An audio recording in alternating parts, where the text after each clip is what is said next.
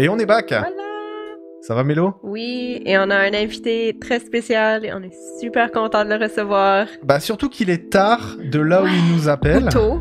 Ou tôt déjà, ouais, c'est ça. Il commence à être tôt. Donc là, on a Anas Seko du Bénin. Ça va, Anas?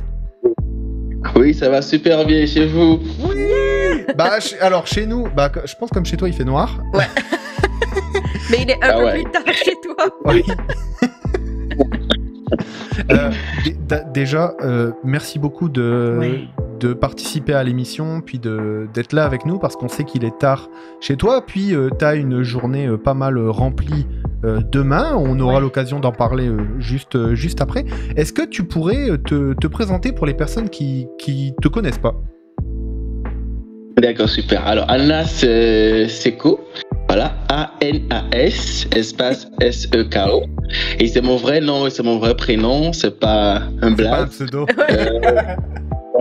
Pseudo. Je suis communicateur environnement autodidacte, militant écologiste. Je viens du Bénin. Je suis également phonéographe artistique, c'est-à-dire je fais de la photographie mobile artistique pour sensibiliser les gens sur la dégradation de l'environnement. Et je suis surtout initiateur du concept Mon anniversaire, ma patrie. On aura l'occasion d'en parler. Oui. Nice. Et c'est pour ça qu'on voit des super photos sur ton Ouais. Instagram, justement. Ouais, on peut le dire comme ça. Est-ce que tu peux nous présenter ton pays, donc le Bénin, pour qu'on puisse voyager un peu et justement mieux se connaître entre francophones? D'accord, super. Alors, le Bénin, c'est un pays de l'Afrique de l'Ouest. Nous sommes entre le Togo, le Nigeria et le Niger au nord et au sud par l'océan Atlantique. Alors, le Bénin, c'est un pays de plus de 11 millions d'habitants. Au nord, nous avons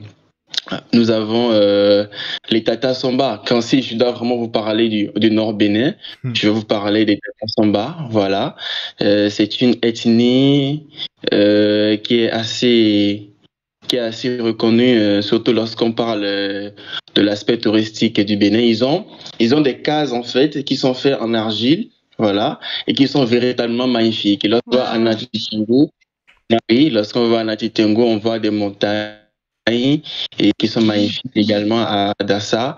Au nord Bénin, on parle principalement le Dindi. Moi, je parle le Dindi. Okay. Oui. Alors, je parle le Dindi. En Dindi, pour dire bonjour, on dit Nasuba. Nasuba. Vous voyez? Et Nasuba. On parle également le Bariba, le Peul et plein d'autres langues, mais principalement Bariba et Dindi. Okay.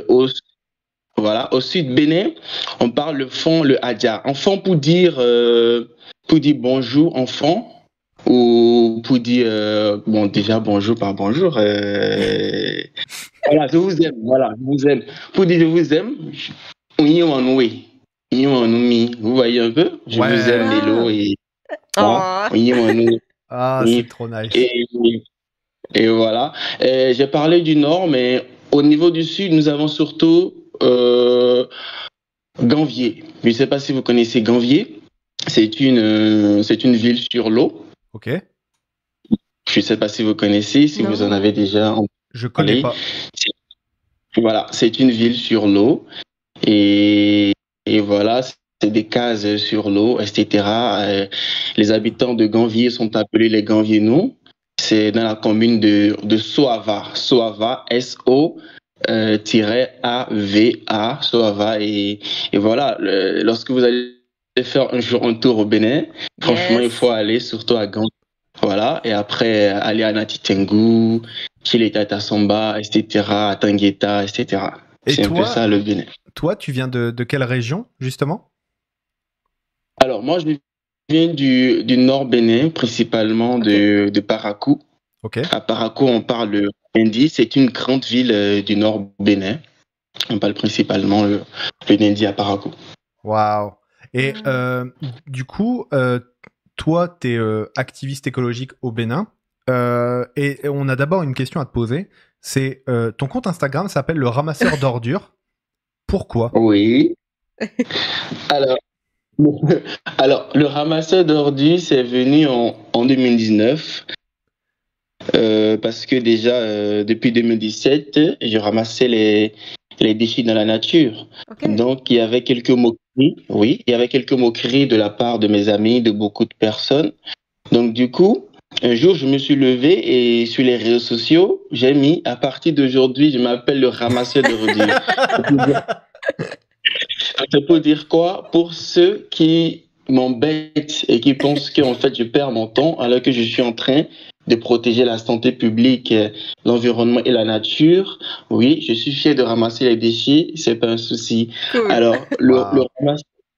alors, le ramasseur d'ordures aussi, pour dire que euh, lorsqu'on ne vole pas et qu'on gagne sa vie dignement, euh, peu importe le métier, c'est pas en fait un souci. Parce que ici, on a tendance à croire que lorsque tu es un ramasseur d'ordures, c'est parce que tu as raté ta vie. Oh non, c'est pas parce que tu as raté ta vie, tu peux le faire par passion ou voilà. Donc c'est également pour dire aux gens, tant que tu ne voles pas, tu ne fais pas du mal à autrui et que tu gagnes ta vie dignement, que tu sois ramasseur d'ordures ou non, voilà, il n'y a pas de souci. Voilà. Et maintenant, troisième chose, c'est surtout pour faire de la communication environnementale. Vous voyez, Ouais, déjà, quand les jeunes du Bénin, ils voient les ramasseurs d'ordures sur les réseaux sociaux, ça attire l'attention. Ils se complètement. disent, mais c'est qui ce gars qui a le courage de s'appeler le ramasseur Ouais, d'ordures? Comment tu peux avoir le Carrément. courage, en fait? Parce que quand on dit ramasseur d'ordures, c'est moche, c'est pas ouais, joli, c'est ouais. vilain. Et en Donc, plus, donc du coup, tu t'es oui. donné le titre toi-même, ça. Oui, en même temps, je me suis donné le titre moi-même, le ramasseur d'ordures, et on me connaît plus sur le ramasseur d'ordures le plus frais. Vous voyez? C'est-à-dire le ramasseur d'ordures le plus chic, le plus Ouais, beau, ouais, ouais, etc. En ouais. fait. C'est ça que je dis en fait aux gens. Voilà, je ramasse les ordures, mais je suis bien portant, ça va, ma vie, ça roule, il n'y a pas de souci, quoi. Ouais, ouais, ouais, ouais, ouais. Waouh. Très cool. Ok, donc il y avait vraiment une vraie réflexion derrière ton pseudo Instagram. Oui, exactement, une vraie réflexion. Mais c'est Waouh. comme ça que moi, je t'ai trouvé comme ça, en fait, et je me disais, qu'est-ce que c'est que ce nom? Qu'est-ce qu'il fait? Et ben, ça marche. C'est au niveau marketing, j'approuve. Bah complètement. Et en plus, Mélo, elle me disait quelque chose tout à l'heure. Elle me dit parce qu'on te suit depuis à peu près, depuis plusieurs mois, Ouais. savoir un peu ce que tu fais, parce qu'on avait déjà dans l'idée de pouvoir t'inviter pour qu'on puisse parler là. Et Oui. Mélo, elle me dit, ça fait là depuis un mois et demi que ton actualité, elle est vraiment en train d'exploser et que tu Ouais. commences à avoir pas mal de reconnaissance, pas mal de suiveurs, de pas mal de gens qui embarquent avec toi dans tes projets. Oui. T'es content de ça? Oui, mais je suis super content parce qu'on a commencé pratiquement seul. Mais aujourd'hui, il y a assez de jeunes qui veulent suivre ce qu'on fait. Il y a assez de jeunes qui veulent s'engager avec nous dans la protection de l'environnement. Et donc, on est assez content et fiers quand même. Cool. Comment est-ce que c'est perçu ou comment est-ce que tu vis l'évolution de ton mouvement en parlant de l'environnement et tout? Est-ce que ça faisait partie de discussions de tous les jours ou est-ce que c'est toi qui amène cette discussion aux gens qui t'entourent? Alors, j'ai pas trop compris la question. L'évolution de mon mouvement, comment je le perçois, c'est ça? Ouais. Ouais. Et la discussion générale de ramasser des ordures, de l'importance d'un environnement propre. Alors, l'évolution de mon mouvement, bon, si j'ai bien compris la Oui. question, Ouais, comment c'est est-ce que ça. les gens, voilà, comment est-ce que les gens perçoivent Mhm. le mouvement? Déjà, comme j'ai déjà commencé à la base, j'étais avec 10 personnes. OK. Je vous fais le résumé comme ça. Yeah. J'étais avec 10 personnes.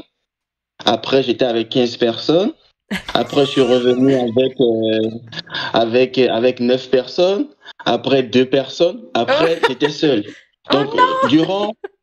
oui, bien sûr, durant un long moment, j'étais seul. Je n'avais que pour outil de communication, de lobbying et de plaidoyer les réseaux sociaux et la Wow. Ouais. créativité. Donc, je faisais beaucoup de la photographie mobile artistique. Tout le temps, je faisais des posts pour sensibiliser sur les réseaux sociaux. J'utilisais l'humour pour sensibiliser sur les réseaux sociaux. Oui. Et donc, de fil en aiguille, voilà. Donc, de fil en aiguille, le mouvement, il a évolué, en fait.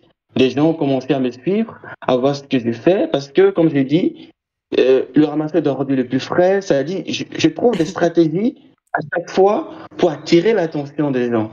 Voyez-vous. Ouais. Donc, tout le temps, je trouve des stratégies pour attirer l'attention des gens.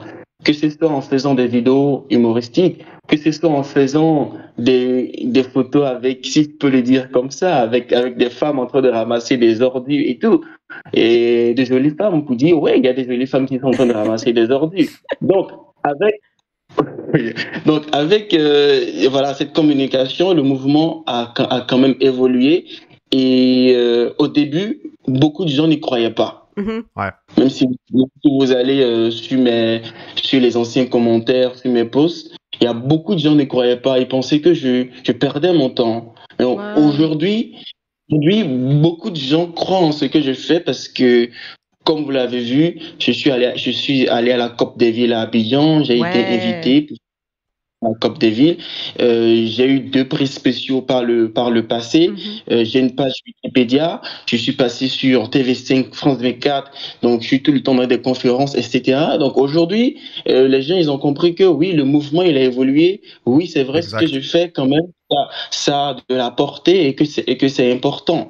Donc, voilà, c'est à l'étape où nous sommes et je pense que je peux m'en féliciter, on peut s'en féliciter et espérer que d'ici là, le maximum de jeunes au Bénin puissent suivre le mouvement. Ouais. Carrément. Et justement, tu as créé un mouvement. Alors, j'écoutais justement tout à l'heure une interview que toi, tu as donnée et où tu parlais de Mon anniversaire, ma patrie.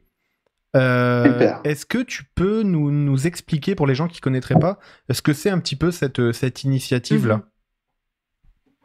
Ok, super. Alors, Mon anniversaire, ma patrie, c'est tout simplement un concept qui encourage les personnes à l'engagement citoyen, au volontariat, en les amenant à effectuer une action sociale ou environnementale pour leur anniversaire. Okay. J'ai créé ce concept, oui, pour l'anniversaire, pour symboliser l'anniversaire, faire une action sociale ou environnementale.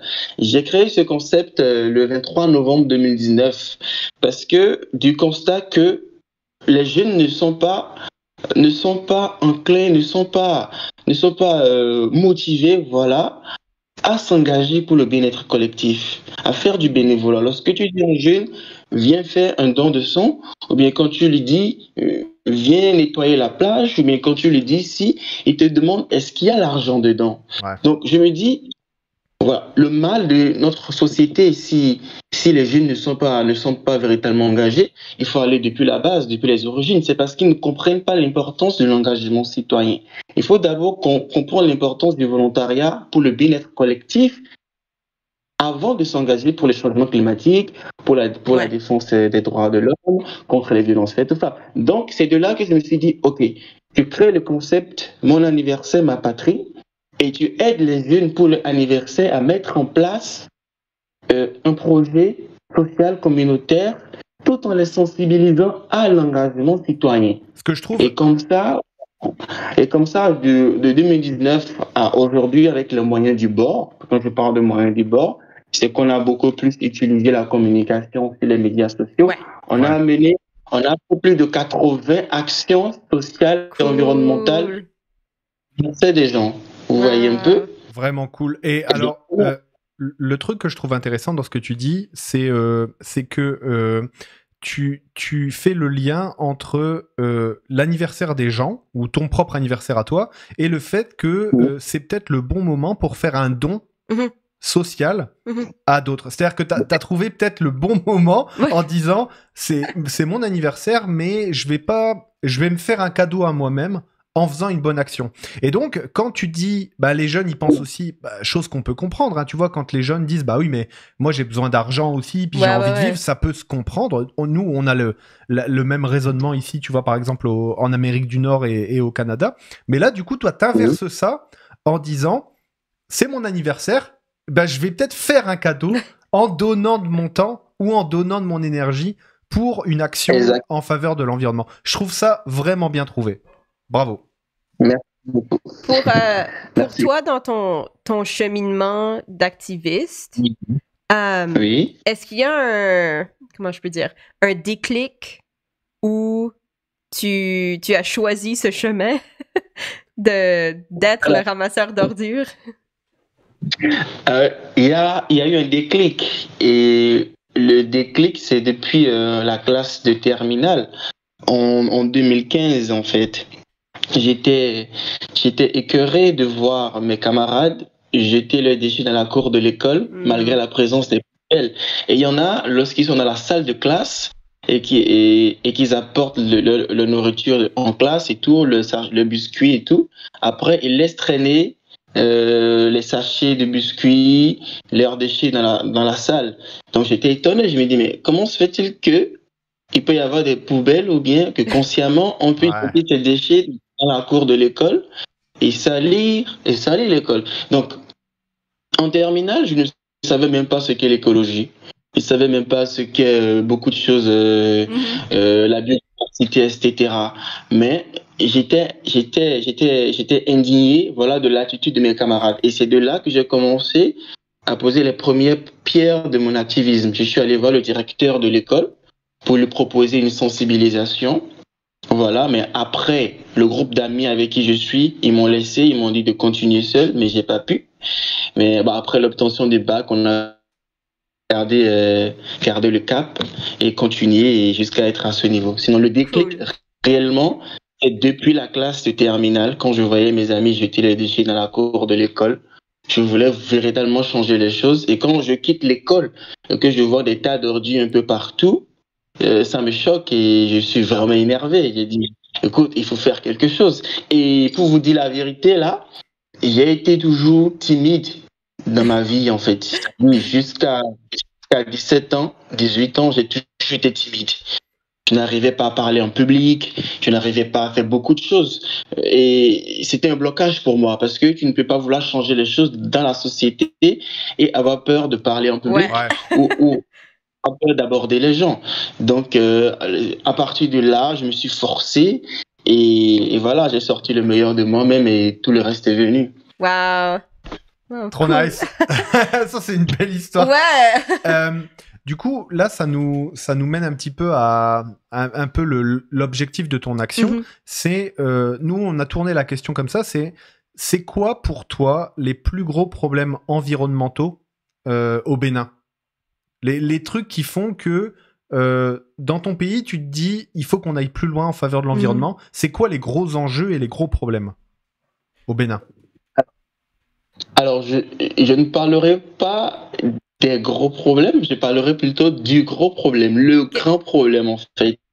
Et le grand problème, je ne dirais pas le changement climatique, parce que nous ne sommes pas les pays, surtout en Afrique, les pays qui émettent le plus de gaz à effet de serre. Mais surtout, la mauvaise gestion des déchets. Pas un système de gestion des déchets efficace ici au Bénin. C'est ça le plus grand des problèmes. On n'a pas véritablement d'usine pour traiter les déchets plastiques, pour traiter les déchets électriques, électroniques, pour traiter les déchets biomédicaux. Et la plupart des déchets, tous les déchets que nous produisons ici au Bénin se retrouvent encore dans le milieu naturel. C'est vrai que on a au sein on a une société, voilà, de gestion des déchets de salubrité qui est venue en 2017 ou 2018 et voilà, qui essaie de ramasser les déchets de maison en maison. Mais lorsqu'ils vont faire la collecte de maison en maison des déchets, ils vont encore déverser les déchets dans le milieu naturel pour former une grande décharge sauvage, voyez-vous, une grande décharge. Donc, on n'a pas véritablement un système de gestion des déchets efficace au Bénin. C'est le plus grand des problèmes et malheureusement, nous continuons de produire des déchets tout le temps, chaque jour, et des déchets qui sont inutiles, c'est-à-dire les sachets en plastique à usage unique, les bouteilles en plastique uniques. Donc, c'est un peu ça. Le plus grand problème, c'est la mauvaise gestion des déchets, tout simplement. Wow. Super intéressant. Ouais. Super intéressant. Et alors, petite question, c'est que, enfin, tu sais que je pense que les pays aussi en Europe ou en Amérique du Nord, on a, bah, malgré tout, on a aussi ces problèmes-là, tu vois, de gestion des déchets. Est-ce que nous, par exemple, une des principales mesures environnementales que les gouvernements mettent en place, c'est souvent le recyclage. Mais pour bien connaître comment ça se passe avec Mélo, on se rend compte que le recyclage, c'est un peu un faux ami, puisqu'en fait, on se rend compte que le tri et le traitement des déchets est souvent, à la fin, remélangé et finit quand même dans des décharges. Toi, c'est quoi les solutions ou les pistes de solutions que tu vois derrière les déchets? Parce que on a entendu que tu as dit les plastiques à usage unique. Ouais. Donc, j'imagine que toi, tu serais pour une suppression des plastiques à usage unique. En gros, on ne doit pas gérer des déchets qu'on n'a pas produits. Bien sûr, exactement. Les plastiques à usage unique, on n'en a pas véritablement besoin. Et tout simplement, surtout lorsqu'on voit la situation. Vous savez, d'abord, la gestion des déchets varie d'un pays à un autre. Oui. Ça dépend beaucoup du niveau de vie de la population. Ça dépend de beaucoup de choses. Ici au Bénin, nous produisons, et ça dépend également des moyens du pays. Ici au Bénin, nous produisons, comme je l'ai dit, énormément de déchets plastiques à usage unique, mais nous n'avons pas les moyens de les recycler, nous n'avons pas les moyens de les traiter et tout se retrouve en microplastique dans la nature et ça, c'est un problème très grave. Lorsqu'on prend les pays développés, c'est vrai que vous avez vos problèmes en matière de gestion des déchets, mais vous êtes nettement au-dessus du Bénin. Si moi je prends le cas du Bénin dans la gestion des déchets, nous on n'a pas vraiment d'usine de traitement des déchets, ni véritablement un système de recyclage des déchets, même si c'est un faux ami. Ce que moi je peux proposer, c'est d'abord le tri à la base. Ouais. Et quand on fait le tri à la base, je ne demande pas qu'après que tout se mélange. Alors, avec ma petite expérience, nous produisons énormément de plastique, oui, mais nous produisons énormément également de déchets organiques. Chaque jour, au Bénin, chaque jour, tout le monde, on mange tout le temps. Donc, nous produisons énormément de déchets organiques. Alors, je ne comprends pas comment se fait-il que les déchets organiques se mélangent avec les déchets plastiques. Ouais. Exact. Que les déchets organiques se mélangent avec les déchets électriques et électroniques. Ouais. Vous voyez, ça n'a pas de sens. Donc déjà, le tri à la base est fait et les déchets organiques sont utilisés pour faire du compost, du méthane, et les déchets plastiques, on en fait autre chose. Et quand je prends la catégorie des déchets plastiques, il faut le strict minimum des déchets plastiques. Oui. On n'a pas les moyens de traiter les déchets plastiques. Alors pourquoi il faut 10 à 50 bouteilles en plastique à usage unique dans une poubelle? Ça n'a pas de sens. Ou de sacs plastiques à usage unique. Ça n'a pas de sens en fait. Donc il faut réduire l'utilisation des articles à usage unique, sachant que nous, au Bénin, nous n'avons pas les moyens de les traiter. Wow. Donc c'est ce que moi je propose déjà, le tri à la base et la réduction des déchets. Ça paraît carrément clair. Hein. Absolument. Et il y a des villes ou des municipalités ou même des pays qui revendent ensuite le fumier ou le compost qui est créé avec les déchets organiques. Donc ça pourrait même être une industrie en tant que soi si c'est bien géré. Bien sûr. Bien sûr, ça pourrait être une industrie et rapporter également beaucoup d'argent. Exact. Donc, le problème, il est vraiment grand au Bénin. Oui. Voilà. Ouais, wow. Donc tu as encore du travail à faire, mais c'est très bien que tu y sois. Oui, j'ai vraiment du travail à faire parce que pour le moment, je suis dans mon information de masse, en fait. Je suis à l'étape de pouvoir casser, si je peux le dire, démolir la culture du jeter par terre. c'est comme ça, moi je l'appelle. La culture du jeter par terre. C'est-à-dire, ici au Bénin, tout le monde, consciemment ou inconsciemment, jette par terre. Tout, absolument tout. Même en circulation, on jette tout par terre. Bon, je ne sais pas comment ça se passe en Europe ou en Amérique, mais ici, de ce que je vois, de mon expérience, on jette absolument tout par terre. Donc, il faut arriver à casser d'abord cette culture de jeter par terre là, pour que les gens ils commencent à jeter dans les poubelles. Sinon, on va rien changer en fait. Vous voyez? Donc voilà, le travail il est grand et je vais jamais manquer de créativité pour amener les gens. Est-ce que parfois tu fais des présentations dans les écoles ou à des groupes pour justement déconstruire cette partie de la culture? Oui, je fais souvent des communications dans des écoles. Cool. Je fais souvent des conférences. Je suis souvent invité également. Et c'est si j'ai le temps, j'y vais parce que après, il faut faire l'équilibre entre la dimension professionnelle et la vie sociale.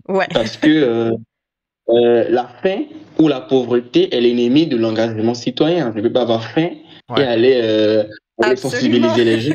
Absolument. Exactement. Donc, du coup, je temps c'est des conférences quand on m'appelle, mais quand j'ai le temps, je peux y aller. Par exemple, cette année, j'ai fait une formation gratuite en création de contenu mobile à des ONG. Montage mobile, photographie mobile, graphisme mobile. J'ai donné beaucoup de conseils sur la gestion des réseaux sociaux. Donc, j'essaie de faire ce que je peux, mais il faut faire l'équilibre. C'est ça. Et ce que je trouve vraiment intéressant dans ton projet et dans ce que tu nous racontes là, c'est que des fois, pour nous, on se sent vraiment dépassé par qu'est-ce qu'on peut faire pour l'environnement. C'est-à-dire que, en gros, on a l'impression que, comme il y a beaucoup de greenwashing dans les pays du Nord, que ce soit en Europe ou en Amérique, eh ben, tu as l'impression que les gens te disent « mais on a déjà pensé à ça, on a déjà mis ça en place, on a déjà fait ça ». Donc, en gros, toi, en tant que citoyen, tu te dis « bon, bah moi, il me reste quoi de concret à faire ?» Donc, on se sent un peu perdu, tu vois. Et pourtant, moi, je te cache pas qu'à côté de la coloc, donc l'endroit où on est au studio là actuellement, des déchets, il y en a partout. Tu vois, il y a des déchets partout par terre. Donc, la culture du jeter par terre, comme tu l'as décrit, on la retrouve aussi, tu vois, en Amérique du Nord, en tout cas, et puis en Europe, c'est pareil. Mais du coup, ce que je trouve super intéressant, c'est que toi, c'est ultra concret.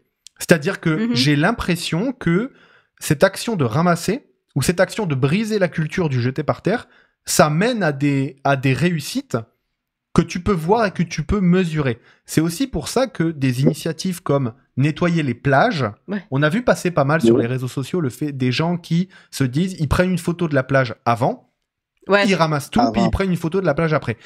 Eh ben, c'est ce que j'aime beaucoup dans ton projet, c'est que c'est visuel, c'est concret, et derrière, tu l'as dit aussi, c'est pas uniquement je prends une photo pour que je me fasse bien voir, c'est que derrière, le but c'est de briser les usages qui n'ont pas d'intérêt après à la base. Mais pour ça, il faut déjà mettre les mains dans le sac pour ensuite se dire, ah oui, mais tout ce que j'ai ramassé là, j'aurais pas eu besoin de le ramasser si j'avais pas utilisé de plastique à usage unique avant. C'est ce que je trouve vraiment intéressant dans ton projet. Le concret. Merci beaucoup, c'est gentil. Donc, tu as été nominé pour un prix qui va être remis plus tard aujourd'hui pour toi. Demain pour nous. Est-ce que tu pourrais nous parler de ce prix pour lequel tu as été nominé et que tu vas peut-être recevoir? Voilà, alors c'est les Open Conscience Awards. C'est une cérémonie de distinction de plusieurs acteurs quand même de la société, de personnes influentes de la société.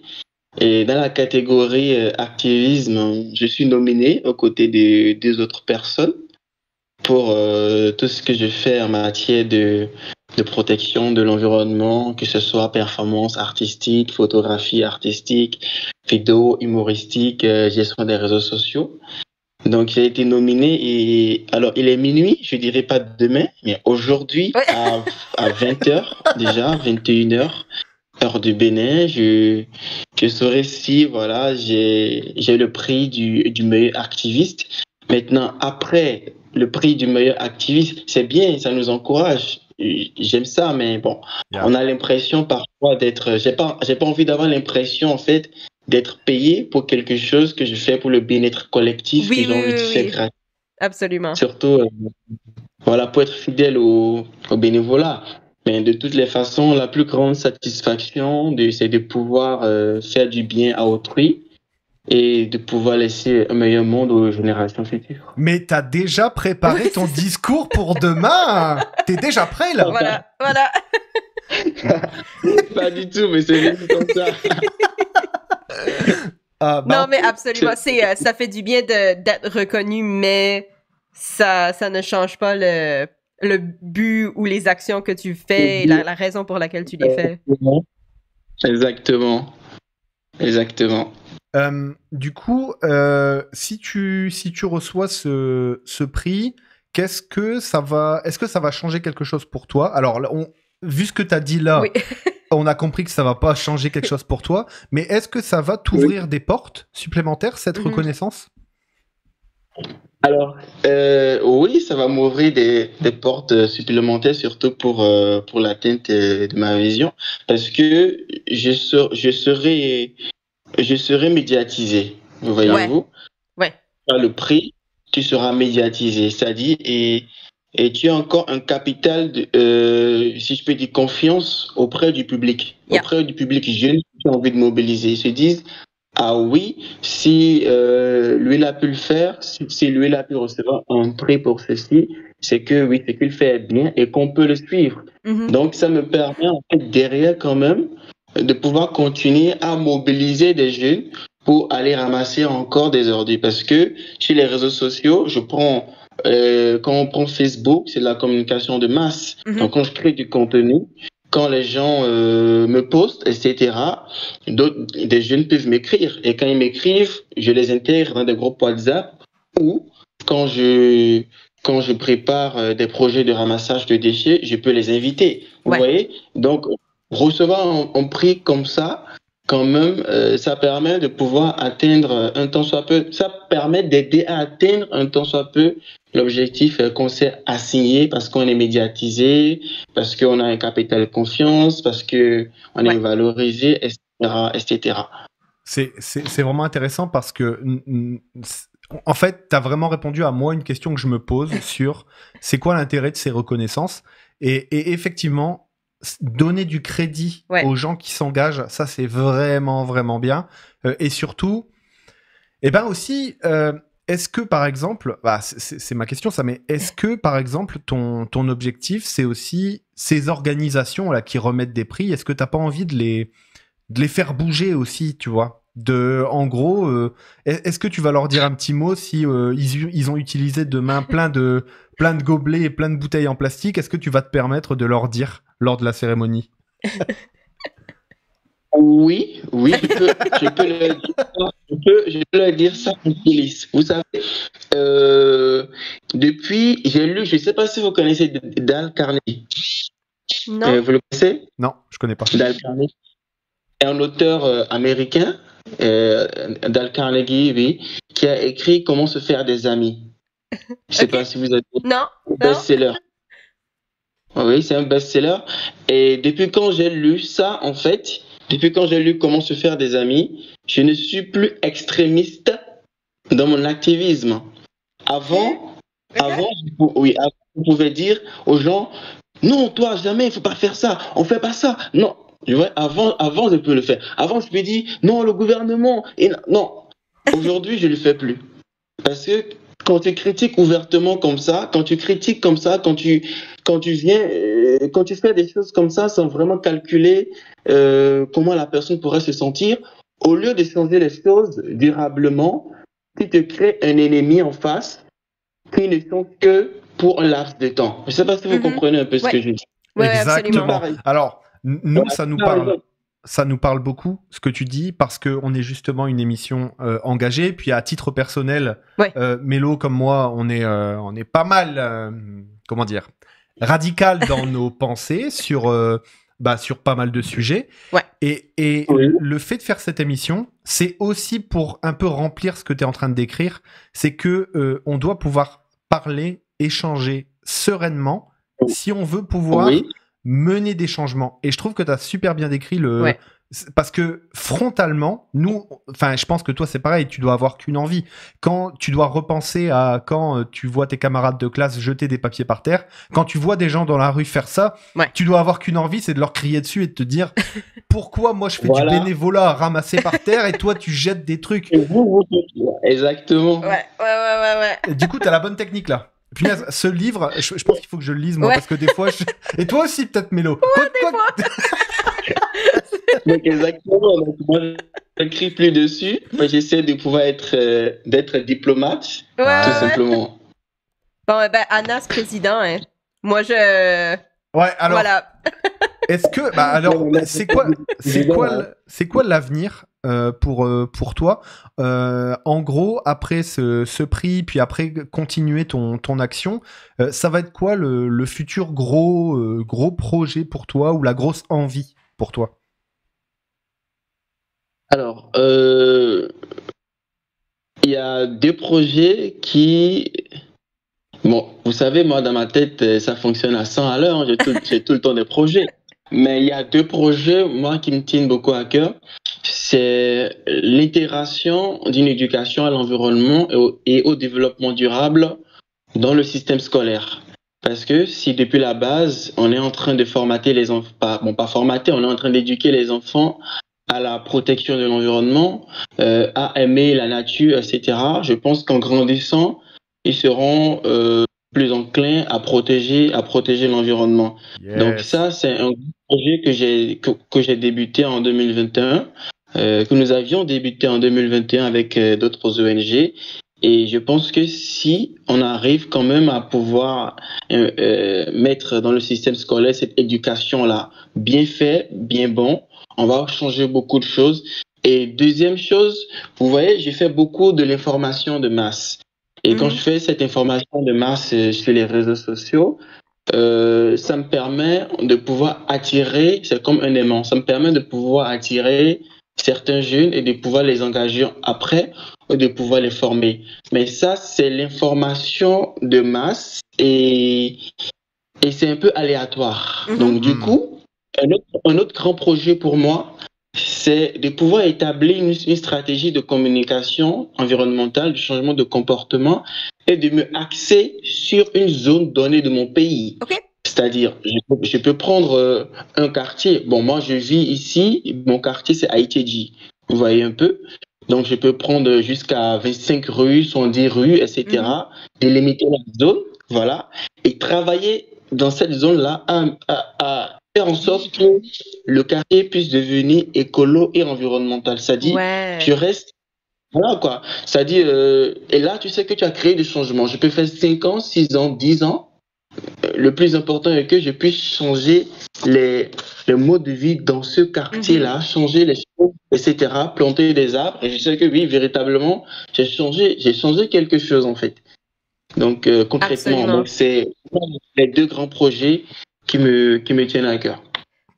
En fait, ta philosophie activiste, c'est vraiment par faire l'action, mais aussi par l'éducation en tant que prévention au problème. Oui, parce exactement. Que si on sait que c'est mal ou si on connaît les répercussions de polluer, ben on va pas le faire. c'est aussi simple que ça. C'est aussi simple que ça, mais c'est pas aussi simple que ça. Non, c'est ça, c'est simple à dire. On a une dernière question pour toi. Nous, le nom de l'émission, c'est CTRL-Z pour annuler quelque chose. Si toi, tu devais annuler quelque chose alors pas dans ton histoire personnelle ou quoi que ce soit, ou dans ton pays, ou etc., mais s'il y a une chose que tu aimerais vraiment revenir en arrière et refaire autrement, ce serait quelle chose? Alors, ce serait quelle chose? Bon, est-ce que je peux placer un mot là? Ouais. En fait, bon, je vais répondre à votre question, mais si je devrais annuler quelque chose dans mon parcours, peut-être que je ne serais pas là où je suis, peut-être. C'est que chaque chose a été important pour moi, pour là où je suis. Mais bon, si je devrais quand même annuler quelque chose, recommencer, ce serait quoi? Alors, lorsque j'ai eu le bac, d'accord? Ouais. Déjà en terminale, je m'intéressais à l'environnement, j'ai essayé d'écrire un projet.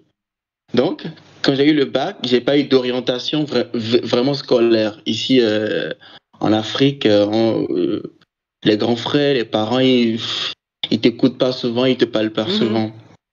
Donc, du coup, après le bac, je suis allé faire la science politique où j'ai perdu 2 ans. Voyez-vous? Au lieu d'aller faire un cursus environnemental, je suis allé faire la science politique. C'est complètement contraire de mes ambitions. Donc, si je devrais annuler quelque chose, ce serait quand même cette perte de temps-là. Oui. Cette perte de temps-là, oui. Oui, j'annule ça. Pour à la place, ça. Faire de l'environnement. Oui, et à la place, je fais de l'environnement tout simplement. Voilà, après quand même, chaque chose dans ma vie a été un élément quand même, que ce soit les échecs, surtout les échecs, où ça a été quand même important pour moi pour être à ce niveau. Waouh. Ben, merci beaucoup Anas. Ça nous a fait, je pense à Mélo et à moi, ça nous a fait vraiment du bien de pouvoir te parler, puis à toutes les personnes qui nous écoutent. Merci encore. Merci encore à toi, et puis on va te souhaiter du coup bon courage pour ta journée de demain, et bonne réussite surtout. On va vraiment croiser les doigts pour toi. Dès que tu as des nouvelles, là, ou même si tu veux nous envoyer une photo de quand tu es arrivé au Palais des Congrès, etc., n'hésite pas à nous envoyer une photo, on va essayer de te soutenir comme on peut. D'accord, il n'y a pas de souci. Et on le fera comme ça. Pour tous ceux qui écoutent, qui aimeraient en savoir plus sur les aventures et les réussites d'Anas, donc vous pouvez le suivre sur Instagram au ramasseur d'ordures. C'est pour vous et sur Twitter aussi. Yeah! Cool. Merci beaucoup Anas. Merci. Du coup, on essaie de se rappeler d'ici une prochaine émission, et puis on verra comment tes projets ont évolué. Est-ce que c'est OK pour toi? Oui, ça marche. Ça va super. Parfait. Super. Merci Anas. Bonne nuit. À bientôt. Merci. Bye. À bientôt. Et ben voilà. C'était une bonne entrevue aussi. Hein. Merci Anas. Punaise, ça m'a vraiment fait un petit... Ça fait du bien. Ça fait du bien de voyager. Ouais, puis surtout de voir quelqu'un qui fait du concret par rapport à l'environnement. Ouais. Ça fait du bien. Ouais, et que ça montre que ça peut être une entre guillemets, là, mais ça commence par une petite action. Exact. Ou tu vois quelque chose de pas bien, peu importe, et là, ça finit par devenir un gros truc. Nice. Ouais. On va se laisser là, il est tard, puis ce soir, je pense que les pâtes sont en train d'être préparées. Yes. À la coloc, c'est pâtes le vendredi. Encore une bonne émission. Comme d'habitude, elle sera disponible dès demain pour ceux qui ont loupé le début en podcast, là où vous écoutez vos podcasts, et sur YouTube. Mercredi, vous retrouverez l'entrevue de Anas, justement, qui sera disponible en replay. N'hésitez pas à nous suivre, à nous envoyer des messages, à liker, mettre des pouces et tout, parce que comme Anas, plus on peut parler, exact, plus on peut faire des réflexions, se trouver des petits moments comme là. Nous le vendredi, c'est un peu ça. Nous. Ouais, moi j'envoie un petit pouce à Adèle qui nous a fait une entrevue. C'est si vous allez sur notre Instagram, le Linktree dans notre biographie, c'est dessus. Alors voilà, un petit shout-out à Adèle. Yes. Vous pouvez nous entendre dire des conneries pendant plus de temps. On a vraiment dit des conneries. Ce qui inclut le terme fouf d'extrême droite de la part de Valentin. Donc ça, c'est une raison en tant que soi. Je sais même plus pourquoi je dis ça. Non, on s'en fout. Mais ça m'a tellement fait rire. Ouais. Bon voilà, c'est le cadeau du vendredi. Non mais c'est bon. Et puis du coup, on se retrouve semaine prochaine. Semaine prochaine, invité. On est encore en train de réfléchir. Ouais. Parce qu'on a pas mal de pistes. Il y a la COP 15 qui démarre à Montréal sur conférence sur la biodiversité. Ouais. Conférence internationale qui est accueillie à Montréal. Donc on va voir si on peut faire quelque chose avec ça. Et puis sinon, on est toujours dans ce mois des actions contre la violence faite aux femmes. 16 jours d'activisme contre la violence basée sur le genre. Ouais. C'est très catchy. Non, ouais. J'étais loin, moi. Tu sais, j'étais pas dedans. Tu t'es approché. Ok. Bon, à la prochaine. À la prochaine. À vendredi. Ciao. Ciao.